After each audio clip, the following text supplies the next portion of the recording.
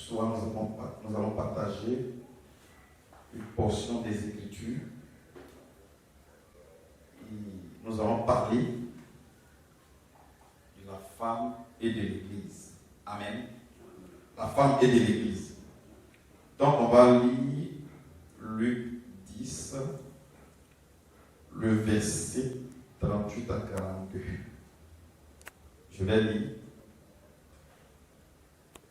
Comme Jésus était en chemin avec ses disciples, il entra dans un village et une femme nommée Marthe le reçut dans sa maison. Elle avait une sœur nommée Marie qui s'étant assise aux pieds du Seigneur écoutait la parole.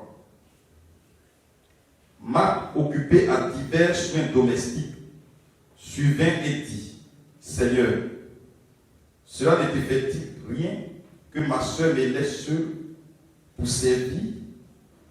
Dis-lui donc de m'aider. Le Seigneur répondit: Marthe, Marthe, tu t'inquiètes et tu t'agites pour beaucoup de choses. Une seule chose est nécessaire. Marie a choisi la bonne part, qui ne lui sera point ôtée. Amen. Bien aimé, comme je disais, on va parler de la femme et de l'Église. Il faut comprendre que la Bible dit que Jésus est entré dans un village. Et le village dans lequel Jésus est entré, il y a une femme qui s'appelle Marthe, qu'il a reçue chez elle. Et cette femme avait une sœur. Et sa sœur s'appelait Marie. Et la Bible dit que quand Jésus a été reçu chez Marthe, chez eux, Marthe était occupée à divers soins domestiques. Tandis que Marie était au pied du Seigneur et écoutait la parole. Et la Bible dit que Marthe va se plaindre. Et elle va venir auprès de Jésus pour lui dire: mais tu vois, je suis en train de travailler. Certainement, je lave les assiettes, je fais ceci, je fais cela. Ma soeur ne me vient pas en aide. Il faut lui dire de venir m'aider. Jésus dit: elle a choisi la bonne part. Marie a choisi la bonne part. Bien aimé, il faut comprendre que Marthe est l'image des femmes qui sont préoccupées par leurs activités. Marthe est l'image des femmes qui sont préoccupées par leur travail, par leur situation. Marthe est le genre de femmes qui ne mettent pas Dieu au sein de leur vie, au sein de leur programme, au sein de leur foyer, au sein de tout ce qu'ils font. C'est pourquoi elle a une telle réaction. Mais Marie, la Bible dit qu'elle est assise au pied de Jésus. Bien aimé, une femme qui écoute la parole de Dieu est une femme exemplaire. Une femme qui écoute la parole de Dieu est une femme transformée. Une femme qui écoute la parole de Dieu, c'est une femme sage. Or, nous savons que la sagesse commence par écouter. Donc, celui qui écoute beaucoup deviendra sage. Il a aussi dit, dans Proverbe 14, verset 1, que la femme sage bâtit son foyer. Donc, une femme qui devient sage, elle est capable d'apporter le bonheur dans son foyer, de vivre un foyer heureux. Et c'est ainsi, c'est comme ça était Marie. Il faut comprendre que le destin de cette femme est en réalité dans l'œuvre de Dieu. Le destin de cette femme est en réalité dans l'œuvre de Dieu. Pour dire que Dieu veut que les femmes s'intéressent à son œuvre. Dieu veut que les femmes s'attachent à lui.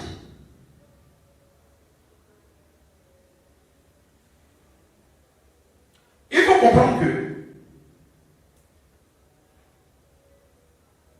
l'Église a commencé dans les maisons. L'Église même en réalité a commencé dans les maisons. Celle qui balayait la maison où le but se faisait. C'est la femme qui entretenait. c'est la femme qui décourait. C'est la femme qui mettait l'ordre. Quand il y avait des repas partagés, c'est souvent, c'était en fraternité qu'ils collaboraient plus. Ils partageaient les repas. C'est la femme qui s'en occupait. Donc, ça veut dire que la femme même doit se mettre au service de Dieu et de l'œuvre de Dieu. Donc, une femme qui sait s'occuper de son foyer est une femme qui peut prendre soin de l'église. Je répète, une femme qui peut s'occuper de son foyer est une femme qui peut prendre soin de l'église. Or, aujourd'hui, nous constatons que peu de femmes posent des actes concrets dans la maison de Dieu. Il y a beaucoup de choses à faire dans la maison de Dieu. Pour savoir les femmes exemplaires, il faut regarder à quelques signes dans leur façon d'agir, souvent dans la maison de Dieu. Il y a des personnes qui ne supportent pas la saleté. Il y a des personnes qui ne supportent pas le désordre. Quand tu mets l'ordre toujours chez toi, quand tu vois qu'il y a le désordre quelque part, tu ne supportes pas. Donc, tu te sens mal. Et tu apportes des solutions à la chose. Une telle femme, c'est une femme exemplaire. La femme doit susciter le réveil spirituel dans sa maison. En amenant ses enfants à la conversion, s'ils ne sont pas convertis. En amenant son mari à la conversion. En montrant à l'égard de ce dernier un comportement exemplaire. Parce que l'homme regarde souvent ce qui frappe. L'homme regarde aux actes quand elle a une femme. En montrant un comportement exemplaire. Alors, lorsque son mari sera converti, ses enfants seront convertis. Bien aimé, le réveil viendra dans la maison. Et la bénédiction, la faveur de Dieu sera sur son foyer, sera sur sa maison. Alors, quand nous constatons que dans l'église, plusieurs familles se convertissent, cela aboutit à une croissance numérique de l'église. Ça veut dire que la femme contribue à faire avancer l'œuvre. La femme contribue à faire avancer l'œuvre. Les affaires de Dieu. Je dis ici occupé aux affaires de mon Père. Nous devons s'occuper, les femmes doivent s'occuper des affaires de Dieu. On constate et on remarque clairement que les femmes intercèdent beaucoup pour les foyers. Tantôt ils sont en train de prier pour les maris, pour qu'ils soient le mari exemplaire, et puis pour les enfants. Une femme qui fléchit genou chaque jour pour son foyer est une femme capable de fléchir genou pour l'église. Capable d'intercéder pour l'église. Parce que c'est ce que tu fais. Tu peux aussi te transférer dans la maison de Dieu. Tu as l'amour d'intercéder pour l'avancement de l'œuvre de Dieu. L'amour d'intercéder pour l'avancement des choses de Dieu. Qu'il y ait un programme de prière, qu'il y ait un mois d'évangélisation, tu pries, tu fléchis genou, Seigneur. Permets que le programme connaisse un succès. Permets que les choses avancent. Permets que ceci soit comme ça. Amen. Amen. Donc, la femme est d'une importance capitale. C'est pourquoi, le premier jour de sa résurrection, c'est une femme que Jésus s'est révélé. C'est une femme que Jésus a parlé. C'est une femme que Jésus s'est révélé. C'est une femme que Jésus a parlé. Ça veut dire que les femmes ont une place dans l'œuvre de Dieu. Elles sont douces et très sensibles à l'Esprit de Dieu.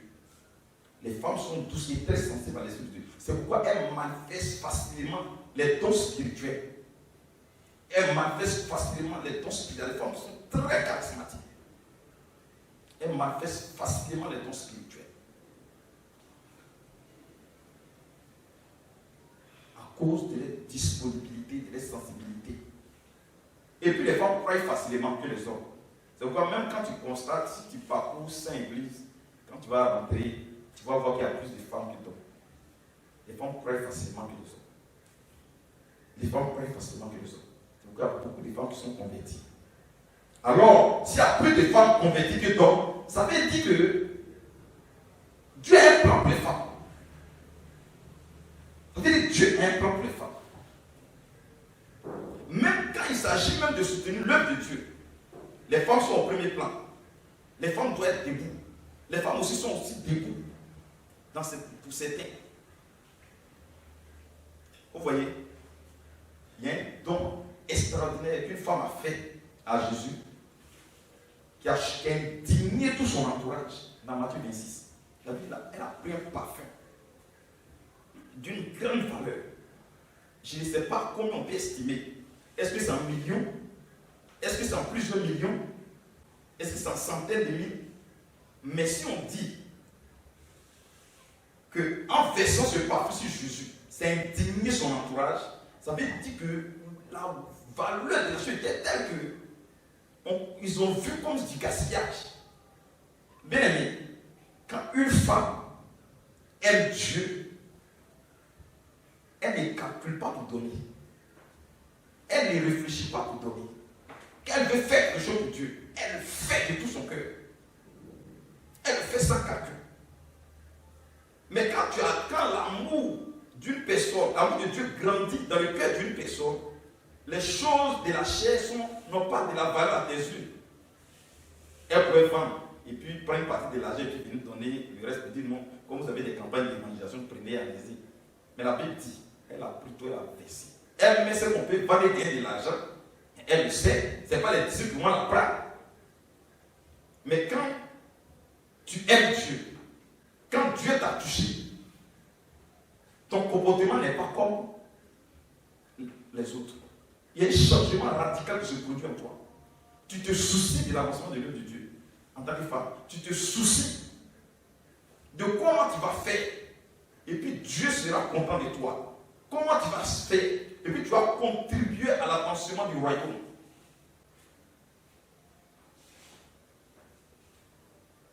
Ça devient pour toi une grande préoccupation.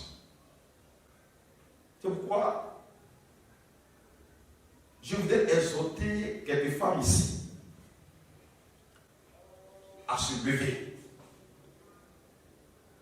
et à prendre un véritable engagement pour que l'œuvre de Dieu avance. Vous savez, quand Jésus, ses parents l'envoyaient au temple, pouvaient le présenter à Dieu, ils ont trouvé une femme qui était prophétesse, Anne. La Bible dit qu'elle a su que c'est le Messie. Elle annonçait, elle dit qu'elle a commencé à évangéliser. Elle a annoncé à tous ceux qu'elle voyait, ou bien qui attendaient la délivrance d'Israël, que voici cet homme-là, c'est lui qui est là. Elle a commencé à propager la nouvelle en même temps. Elle a commencé à parler. Elle a commencé à parler. Donc les femmes doivent parler de Dieu, doivent parler de Jésus. Et Dieu va les bénir abondamment. Dieu va les bénir abondamment. C'est pourquoi ce soir, je vous exhorte à prendre des véritables décisions de mon cœur. Et que Dieu vous bénisse. Amen.